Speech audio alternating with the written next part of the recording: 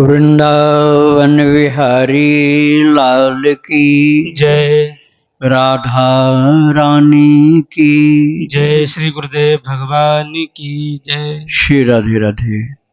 भक्ति प्रश्नोत्तरी कार्यक्रम प्रारंभ किया जा रहा है। आइए हम भक्ति संबंधित प्रश्नों को श्रवण करें। श्री राधे राधे गुरु जी, आपके श्री चरणों में कोटि कोटि दंडवत प्रणाम। प्रश्न है, मेरा एक दोस्त है जिसका होलसेल का दवाइयों का काम है। तो कुछ महीने पहले जब वह दवा देता था दुकान पर, खुदरा की दुकान पर नशीले पदार्थों की जो दवा है, जो प्रतिबंधित दवा है, जो कभी कभी बीमारी में लेनी चाहिए, वह ज़्यादा सप्लाई करने लगा। उसको भी पता था कि क्यों सप्लाई हो रही है। उसके कारण ऐसा हुआ कि दवाइयों के अधिक सेवन से एक महिला पधार गई, मर गई। हालांकि मेरा दोस्त होलसेल का काम करता है, लेकिन उसको पता था कि यह दवा एक मात्रा से ज़्यादा किसी दुकान पर ज़्यादा नहीं सप्लाई करनी चाहिए, उसका रिकॉर्ड होना चाहिए। तो जब पुलिस पकड़ ले गई दुकान वाले को, तो गाज होलसेल पर वाले पर भी गिरी, जो मेरा दोस्त है। मेरा दोस्त बोलता है, जब हमने अपने दोस्त को कहा कि भाई गलती तेरी भी है, तुमने एक मात्रा से ज़्यादा दवाई क्यों भेजी बिना रिकॉर्ड के, तो मेरे दोस्त ने कहा कि भाई मेरी गलती नहीं है, मैंने तो दुकान पर सप्लाई की है, इससे मेरा कोई संबंध नहीं है। मैंने कहा कि जो महिला मर गई है दवाइयों के अधिक सेवन से, उसमें तेरा भी हाथ है, क्योंकि पीछे से तो तुमने ही दवाई सप्लाई की थी। महाराज जी, मेरा प्रश्न है कि महिला की मृत्यु का अपराध मेरे दोस्त पर भी लगेगा। आईपीएल में सट्टा भी लगाता है, उसके बावजूद भी वह बोलता है कि मुझे भक्ति आश्रम में दीक्षा लेनी है। तो क्या महाराज जी आप दीक्षा देंगे? देखो, जानबूझ करके जो गलती करता है वो तो दंडनीय होता ही होता है। अनजान में कोई गलती हुई हो तब माफ हो सकता है। आपको पता है कि ये जहरीली औषधि है, मरण किसी का हो सकता है, और फिर भी आप नहीं मानते हो, रचित दवाइयाँ पैसे के लालच में आप देते रहते हो, तो ये तो अपराध है। किसी की जान चली जाती है तो उस अपराध में तो जितने लोग मिले होंगे सब दंडनीय होंगे, सभी को दंड मिलेगा। यदि अनजान में ऐसी गलती हुई है तो भगवान से क्षमा प्रार्थना करो, और फिर कभी आगे नहीं गलती ऐसी होगी, इसके लिए दृढ़ निश्चय करो। रोजाना भक्तों का चरित्र श्रवण करो, प्रभु का नाम लेखन करो, जप करो। निश्चय अपना पवित्र रखो कि आगे फिर कभी ऐसी गड़बड़ी नहीं होने पाएगी, तो भगवान क्षमा कर देंगे। तभी आप उसकी पात्रता हासिल कर पाएंगे। श्री राधे राधे। रश्मि जी हैं झांसी से, इनका प्रश्न है, मेरी दीक्षा हो चुकी है कंचौसी वाली तपस्विनी मैया से नवरात्रि में। गुरुदेव, मेरे लड्डू गोपाल का 12 साल में सांस चलने लगी। गुरुजी, अब हम लड्डू गोपाल के खिलौने, बर्तन, कपड़े पकड़ते हैं तो ऐसा लगता है उनमें भी सांस चलती। मेरी हथेली, मेरे बिस्तर, कपड़े, मोबाइल में भी कभी कभी ऐसा लगता है कि उनमें भी सांस चल रही है। मैं अपनी सांस रोकती हूँ काफ़ी देर, तब भी इन सब चीज़ों में से सांस चलती है। हमने डॉक्टर को दिखाया, दवा ली, शायद नसों में दिक्कत हो, पर अक्सर गोपाल के काम करती हूँ तब सांस चलती है, वैसे महसूस नहीं होती है। कृपया मार्गदर्शन करें। तो इसमें कोई खतरा नहीं है। यदि आपने अपनी जांच करा ली डॉक्टर से और डॉक्टर ने हर प्रकार से ठीक बताया, नॉर्मल बताया, कोई खतरा नहीं है, तो आप चिंता मत करो। भगवान की लीला ऐसी हो सकती है। आपकी यदि वात्सल्य भाव की उपासना है तो वात्सल्य भाव में कभी कभी माता के साथ ठाकुर जी ऐसा खिलवाड़ करते हैं, तो उसमें आपको कोई खतरा नहीं, कोई परेशानी नहीं, कोई चिंता की बात नहीं। श्री राधे राधे। दूसरा प्रश्न है, गुरुदेव, हम लड्डू गोपाल से बात करते, गोपाल भक्त चरितावली सुनाते, तब अपना भजन ज़्यादा कर लेते हैं। कभी कभी बिल्कुल हल्के होके एक खाली कटोरी जैसे आंखें छोटी कर लेते हैं, कभी बड़ी कर लेते हैं, कभी कभी अपने ओठ कर लेते हैं, कभी कभी मुस्कुराने जैसे कर लेते हैं। हाँ, तो ये कृपा आपके ऊपर है। ये वात्सल्य भगवान की भाव भरी प्रेम की लीलाएं हो रही हैं, और अब इसको आप ज़्यादा बताओगे तो ये लीलाएं बंद हो जाएंगी, इसलिए इसको बताना बंद कर दो। श्री राधे राधे। गुजरात सिंह गुरुजी, इनका प्रश्न है कि हमारे घर पर लड्डू गोपाल हैं, उनकी दोनों आंखें निकल गई है, तो हम एमसील से गोपाल जी की आंखें बना सकते हैं? एमसील से दूसरी नई आंखें लगाने से कोई दोष तो नहीं लगेगा? क्या यह सही है? कृपया मार्गदर्शन करें। पूजा के सामान जहाँ मिलते हैं कोई धार्मिक स्थान पर, तीर्थों में, जैसे श्री वृंदावन धाम में, तो पूजा के सामान जहाँ मिलते हैं वहाँ नेत्र मिलते हैं ठाकुर जी के। उन नेत्रों को आप मंगा लो, साइज के हिसाब से मंगाना।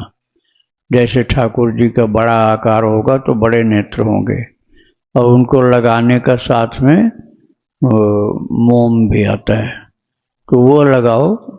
अपने हाथ से नेत्र बनाओगे तो उतना सुंदर नहीं बन पाएगा। श्री राधे राधे।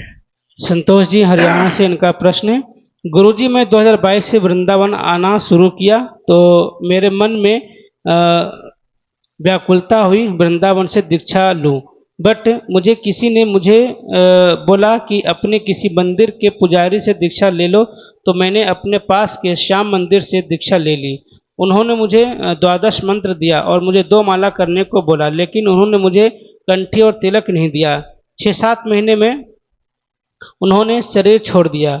वो एक गंभीर बीमारी से ग्रसित थे, इसलिए मुझे मंदिर में 1-2 बार ही मिले, लेकिन मैं रोज आपका और प्रेमानंद महाराज जी का सत्संग सुनती हूँ, तो मैं खुद से राधा नाम जप करती हूँ और 12 मंत्र की 11 माला जप करती हूँ। क्या यह ठीक है? क्या मुझे आचार्य पद्धति से दीक्षा लेनी चाहिए या नहीं? कृपया मार्गदर्शन करें। दीक्षा तो आपकी हो गई, अब दीक्षा मत लो। आप जो आपके गुरुदेव तिलक लगाते थे वो तिलक लगाना शुरू कर दो, और कंठी का मतलब तुलसी की कंठी। तुलसी की कंठी शुद्ध मिल जाती है कुछ दुकानों पर। आप बताओगे कि हमको शुद्ध तुलसी की चाहिए कंठी, तो मिल जाएगी। तो आप कंठी अपने हाथ से ले करके भगवान के चरणों में अर्पण कर दो, प्रभु को पहना दो गले में या उनके चरणों में रख दो। बाद में प्रसादी के रूप में उसको आप धारण कर लो।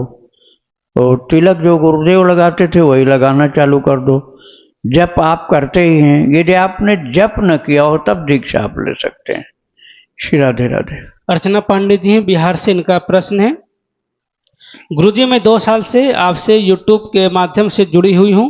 मैं जानना चाहती हूँ क्या नारायण भगवान को पति रूप में माना जा सकता है? माधुर्य भाव के लिए भगवान नारायण के किस रूप नाम का ध्यान करना चाहिए? आप भगवान नारायण के साथ ऐसा संबंध बना सकते हैं, कोई दोष नहीं है। अरे वही नारायण कृष्ण है, वही नारायण राम जी हैं, कोई अलग अलग थोड़े हैं, एक ही नारायण, एक ही परमात्मा है। आप माधुर्य भाव से संबंध से जोड़ सकते हैं, और जो छवि आपको उनकी प्रिय लगे आपको वही रूप का ध्यान आपको करना है। और जितनी कथाएं भक्तों की, माताओं की, और जैसे मीरा जी की 51 भाग में सुनाई गई, तो उन कथाओं को आप सुनिए, तो उनके सुनने से भाव आपका और सुंदर प्रगाढ़ होता जाएगा। श्री राधे राधे। जीनू गर्ग जी राजस्थान से, इनका प्रश्न है, गुरुदेव आपने बताया था मंगलवार, रविवार और द्वादशी को तुलसी माता का स्पर्श नहीं करना चाहिए, नहीं तोड़ना चाहिए, पर इन 3 समय में, इन 3 दिनों तुलसी मैया को क्यों नहीं स्पर्श करना चाहिए, तोड़ना चाहिए? कोई विधान, कोई कारण? देखो, आपको पौधे के नीचे यदि पत्ती गिरी हुई मिल जाए तो आप उस दिन स्पर्श कर सकते। गिरी हुई पत्ती, जो पौधे में लगी हुई पत्ती है उसको स्पर्श नहीं करते हैं, लेकिन पौधे के नीचे गिरी हुई पत्ती जमीन पर है तो आप उनको उठा सकते हैं, फिर कोई दोष नहीं लगेगा। अब ये तिथियां जो हैं ऋषियों के द्वारा निर्धारित की गई हैं, तिथि और दिन, इसलिए उन पर किसी प्रकार का वाद विवाद का कोई प्रयोजन ही नहीं है। उसको स्वीकार कर, आप्त वाक्यम प्रमाणम, ये एक शास्त्र वचन है, आप्त वाक्यम प्रमाणम। आप्त वाक्य जो होता था तो ऋषि वाक्य वो प्रमाण होता है, अपने आप प्रमाण होता है, इसलिए उस पर शास्त्रार्थ नहीं किया जा सकता है। श्री राधे राधे। संतोष भारद्वाज जी, इनका प्रश्न है, राधे राधे गुरु जी, श्री संप्रदाय से मैं दीक्षित हूँ। हमारे संप्रदाय में लक्ष्मी नारायण सीताराम राधा माधव की उपासना करना बताया गया है। गुरुजी, मैं बिहारी जी का चिंतन मनन और ध्यान करता हूँ, कृपया मार्गदर्शन करें। हाँ ठीक है, वही बिहारी जी नारायण हैं, वही बिहारी जी कृष्ण हैं, वही बिहारी जी राम जी हैं। आप उनका ध्यान करते हैं, बहुत अच्छी बात है। और श्री संप्रदाय कहने से पूरा बोध नहीं होता है। श्री संप्रदाय में ब्रांचेज हैं। एक तो श्री संप्रदाय है आचार्य रामानुजाचार्य जी का, और एक श्री संप्रदाय है रामानंद जी का। दोनों ही श्री संप्रदाय हैं, दोनों ही लक्ष्मी जी से जानकी जी से प्रारंभ हुए हैं, इसलिए श्री संप्रदाय कहे जाते हैं। सिद्धांत भी वही विशिष्टाद्वैत है दोनों का, केवल इष्ट और मंत्र में अंतर है। श्री राधे राधे। साधना शर्मा जी, इनका प्रश्न है, हमारे यहाँ अफसानी माता या दुर्दुरिया नाम की एक विशेष पूजा महिलाएं सामूहिक रूप से करती हैं, जिसमें चवैना का प्रयोग होता है। मेरे घर में भी सभी बहुत खुशी से यह सब करती हैं, पर मुझे इन सब में तनिक भी श्रद्धा नहीं है। मैं एक अपने भगवान के अतिरिक्त अन्य किसी को नहीं देखती। यह पूजा लगभग हर हफ्ते ही होती है और मैं इसमें शामिल नहीं होती, तो मुझे सबसे बहुत ताने सुनने को मिलते हैं, जिससे मुझे बहुत दुख होता है। मुझे घमंडी भी कहा जाता है और इस पूजा को न करने का बहुत पाप लगेगा, ऐसा लोग बोलते हैं और बोला जाता है। ऐसे में गुरुजी मुझे क्या करना चाहिए? अब आप ये समझिए कि एक छोटी सी तलैया है, अब आप वहाँ स्नान करते हैं, कुछ लोग करते हैं, और कोई गंगा जी स्नान कर आता है, तो अब गंगा जी स्नान करने वाले को तलैया में स्नान करना क्या जरूरी रह गया? जब गंगा जी स्नान आप कर आए तो अब तलैया में नहाने कौन सी आवश्यकता रह गई? तो ऐसे ही जब आपने भगवान की भक्ति शुरू कर दिया है तो और बहुत से छोटे छोटे देवी देवताओं की पूजने की जरूरत नहीं रह गई। आप चिंता मत करो, आपको कोई पाप नहीं लगेगा। भगवान की खूब भक्ति करो, भगवान के भक्तों का चरित्र सुनो, प्रभु का ध्यान करो, नाम जप करो, मंत्र लिया हो तो मंत्र जप करो, और केवल अनन्य भक्ति, एक प्रभु की भक्ति से ही सब काम हो जाएगा। जैसे गंगा स्नान आपने कर लिया तो अब छोटे छोटे तीर्थों में और बहुत से कुंडों में, तालाबों में नहाने की जरूरत नहीं। ऐसे ही प्रभु की भक्ति किया आपने तो सब देवी देवताओं को पूजने की आवश्यकता नहीं रह जाती। श्री राधे राधे। इनका दूसरा प्रश्न है, मैं जहाँ रहती हूँ वहाँ अधिकांशतः सभी नॉनवेज खाने वाले हैं और ना खाने वालों को बहुत पिछड़ा हुआ माना जाता है। गुरुजी, मेरे पति जिस कंपनी में काम करते हैं वहाँ आए दिन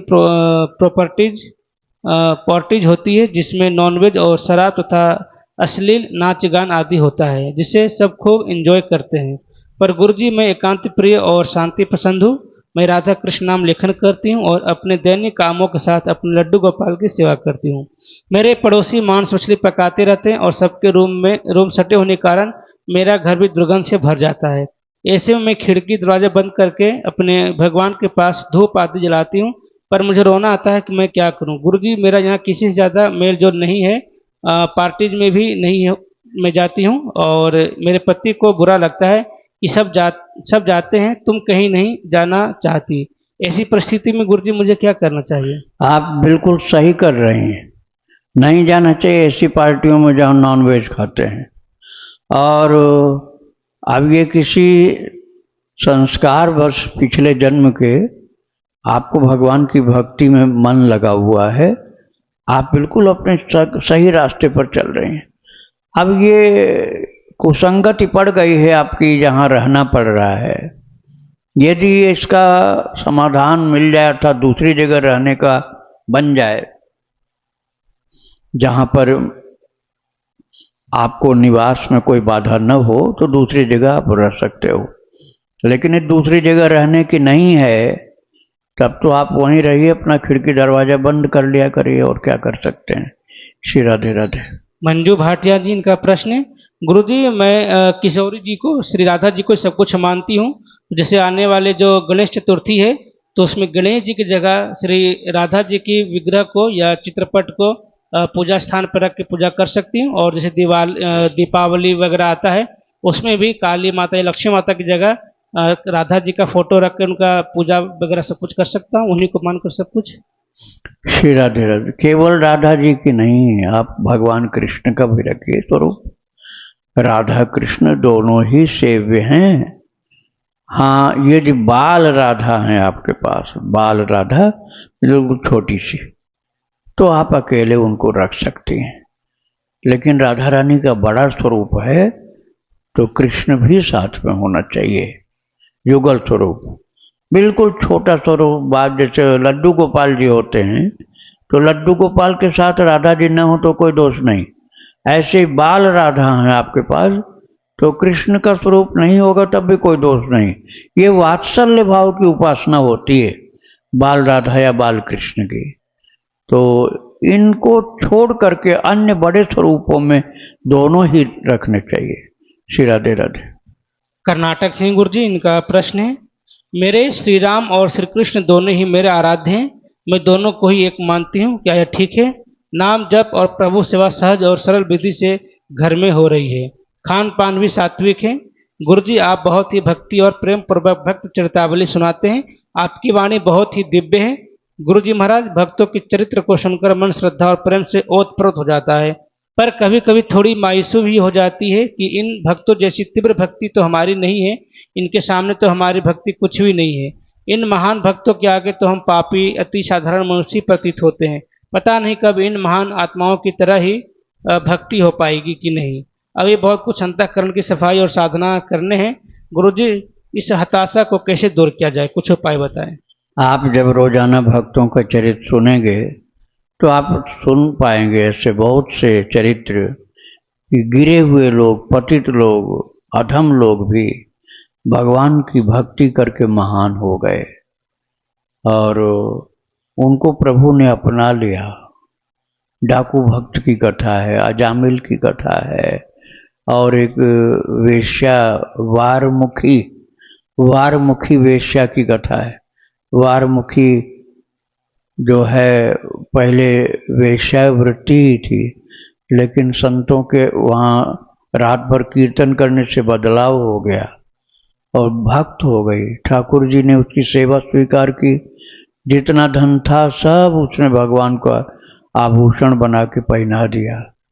यहाँ तक वर्णन है कि वो आभूषण जब पहनाने जा रही थी, ठाकुर जी ने कहा था अपने हाथ से पहनाओ मुकुट, तो उसी समय उसका महाराज मासिक धर्म शुरू हो गया। तो रोने लगी कि अब तो मैं नहीं पहना सकती।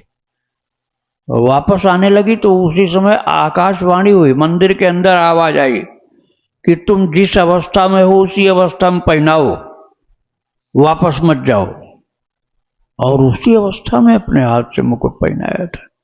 तो हर अवस्था में, चाहे जो जहां पर है, स्त्री पुरुष बच्चा बूढ़ा कोई भी, भगवान की तरफ आप लग जाओ निष्ठा से, प्रेम से, भक्ति से, तो भगवान अपना लेते हैं। धीरे धीरे आपकी आध्यात्मिक उन्नति होती जाएगी और प्रेम प्रकट होता जाएगा। भगवान के लिए विरह होगा, मिलन की उत्कंठा होगी, लालसा तीव्र होती जाएगी और सारी दूरियां खत्म हो जाएंगी और आप भगवान के अपने हो जाओगे, भगवान भी आपके अपने हो जाएंगे।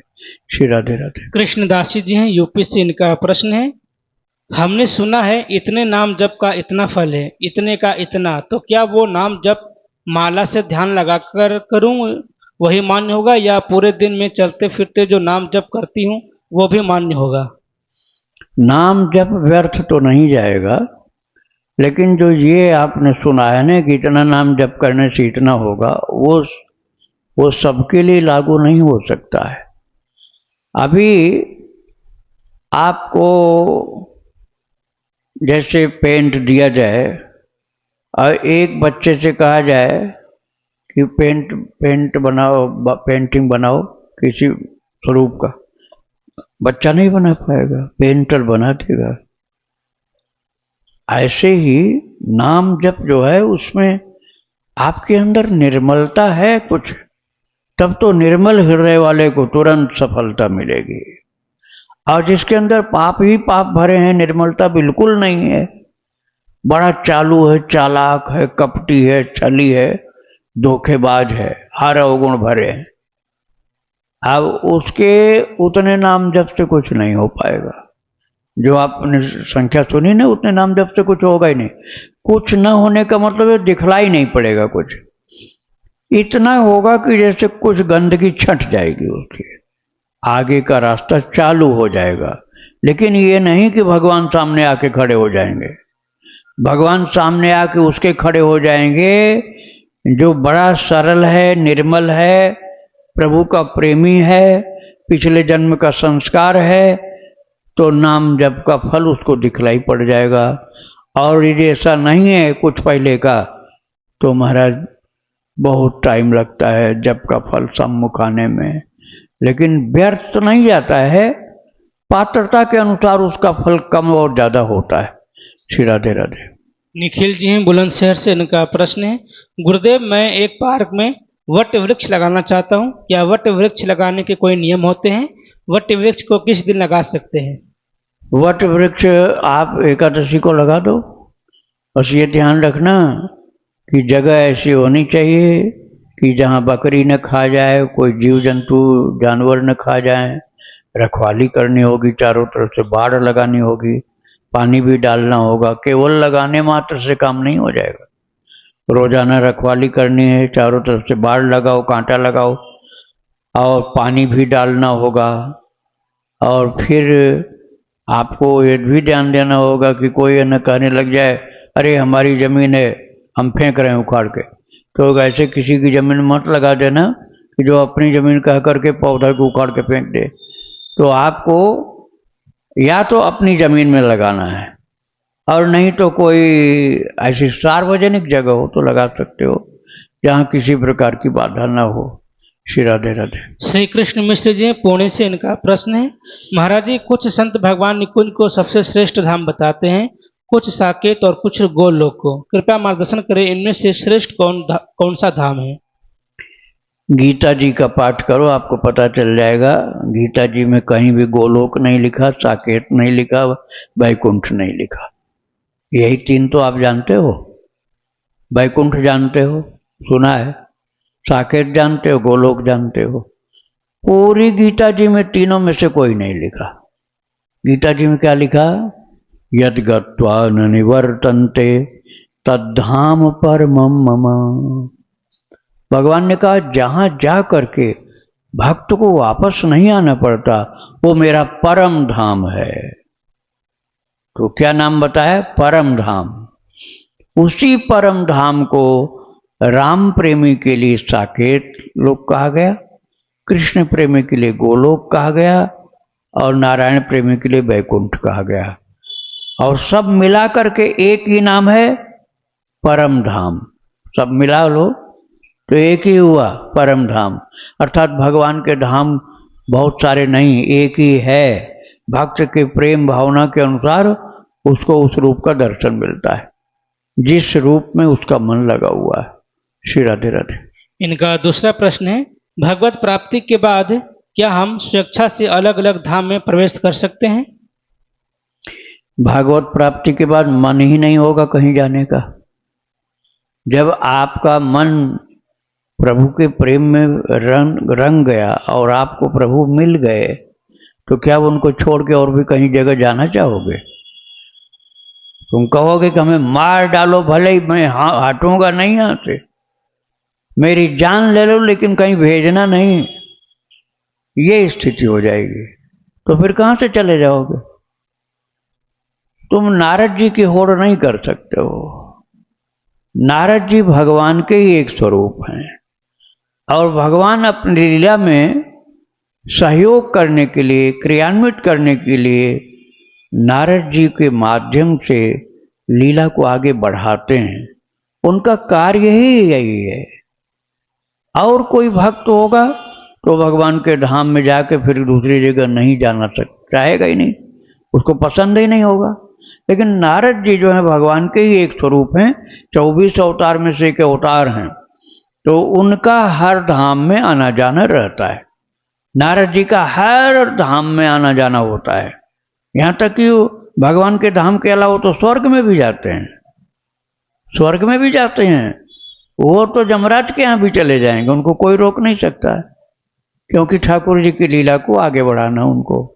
श्री राधे राधे। राधे राधे गुरुजी, कोटि कोटि दंडवत प्रणाम। हाँ। आज मेरा ये प्रश्न है कि पूजन के वक्त स्वास्तिक क्यों बनाया जाता है और ओम शब्द इतना दिव्य क्यों है?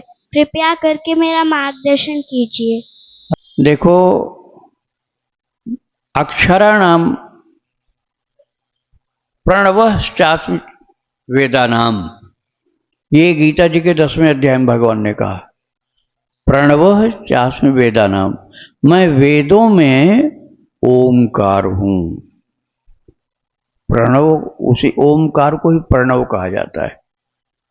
प्रणव कहने का क्या अर्थ हुआ? ओम, ओमकार, उसी को ओम, उसी को ओमकार, उसी को प्रणव कहा जाता है। तो उसमें 3 देवता हैं, 3 अक्षर मिलकर बना है। ओम जो है 3 अक्षर मिलकर बना है, अ, उ और म। अ, उ और म तीनों मिलाओ तो अब अ उ म ये नहीं रहेगा, ओम हो जाएगा।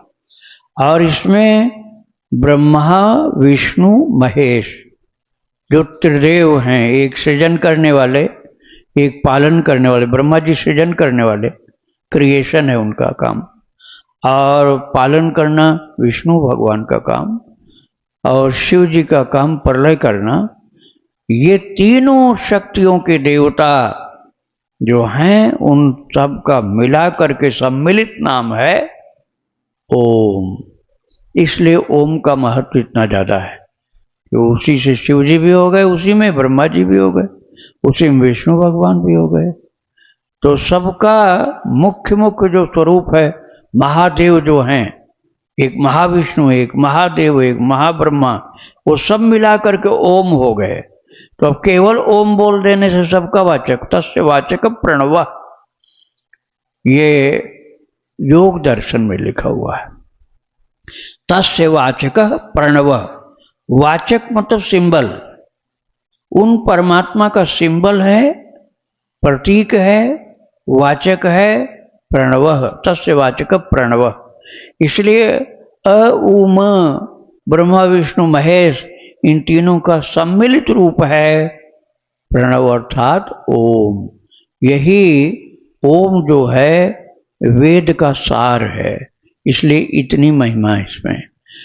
अच्छा, पूजन जो स्वस्तिक वाली बात है, ये भक्ति में आवश्यक नहीं, कर्म कांड में आवश्यक होता है। यदि भक्ति आप कर रहे हो तो आप राम लिख दो, वही से हो गया काम, या राधे लिख दो, तब भी हो गया काम। आप नहीं स्वस्तिक बनाओ तो कोई कमी नहीं होगी। यदि भक्ति मार्ग में हो तो राम लिख दिया, या कृष्ण लिख दिया, या राधा राधा लिख दिया, तो आपका वही कार्य हो गया। अब जिनको भक्ति नहीं करना है, केवल नास्तिक तो नहीं है, लेकिन प्रेम नहीं किसी से है, बस भगवान को मानते हैं, तो उनका सिंबल है, वो सिंबल है स्वस्तिक। तो वो स्वस्तिक से हो गया कि हम नास्तिक नहीं हैं, हम पंचदेव को मानते हैं। पंचदेव को जो मानता है वो स्वस्तिक का चिन्ह लगाता है, भक्ति वाला अपने भगवान का चिन्ह लगाता है, जैसे राधे राधे राम या हरे कृष्ण श्री कृष्ण, ऐसा। और पंचदेव में कौन से होते हैं? गणप, गौरी, त्रिपुरारी, तमारी, रमा, रमन। गणप माने गणेश जी, गौरी माने दुर्गा माता, त्रिपुरारी माने शिव जी, तमारी माने सूर्य देवता, और भगवान राम जी। ये पांचों मिलाकर हुए पंचदेव, गणप, गौरी, त्रिपुरारी, तमारी, रमा, रमन। तो ये पांचों को मानने का है निशान, भक्ति का नहीं, प्रेम का नहीं। हम उनको एक्सेप्ट करते हैं कि हाँ हमारे पंचदेव होते हैं, तो उनके स्वस्तिक का चिन्ह उनको सत्यापित करता है। श्री राधे राधे। राधे राधे गुरुजी, कोटि कोटि दंडवत प्रणाम। मेरा प्रश्न ये है कि राधा कृष्ण महाराज क्यों करते हैं? कृपया मेरा मार्गदर्शन कीजिए। राधे राधे। हाँ, राधे राधे। महाराज क्यों करते हैं?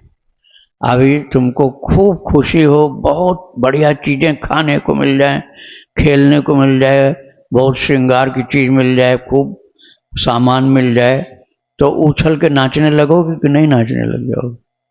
बहुत ज्यादा बढ़िया बढ़िया वाली चीज मिले जो कभी सोचा देखा भी नहीं था, वो भरपूर मिल गया और छांट लो जितना चाहो, खुली छूट, पैसा एक नहीं लगने वाला, तो उस समय तुम उछल के कूदने लग जाओगे, नाचने लग जाओगे ना। तो ये जो है, ये बहुत ज्यादा आनंद जब मिला, प्रसन्नता बहुत ज्यादा हुई, तब नृत्य चालू हो जाता है। आनंद का सर्वोपरि प्रतीक होता है, सिम्टम होता है। आनंद का सबसे बड़ा सिम्टम होता है नृत्य। अपने आप थिरकने लग जाते हैं पैर, अपने आप आदमी उछल कूद करने लग जाता है। अब उसको जो भाषा आती है उस भाषा में उसको बोल के भी बताएगा, अपनी लैंग्वेज में बोलेगा, या नास्तिक होगा तो कुछ भी बोलेगा, लेकिन भक्त होगा तो जय जय जय जय करेगा और भगवान का नाम बोलेगा। और नास्तिक होगा तो अपने भाषा में कुछ न कुछ बोलेगा, अपनी प्रसन्नता व्यक्त करेगा, खूब नाचेगा। कब? जब आनंद बहुत ज्यादा होगा। तो ये बहुत विशेष आनंद जब गोपियों को होता है भगवान राधा कृष्ण के साथ, तो वो सब मिल करके खूब ज्यादा नृत्य करते हैं, उसी को महारास कहा जाता है। इसका मतलब आनंद की पराकाष्ठा का प्रत्यक्षीकरण हो जाना। श्री राधे राधे। वृंदावन विहारी लाल की जय। राधा रानी की जय। श्री गुरुदेव भगवान की जय। श्री राधे।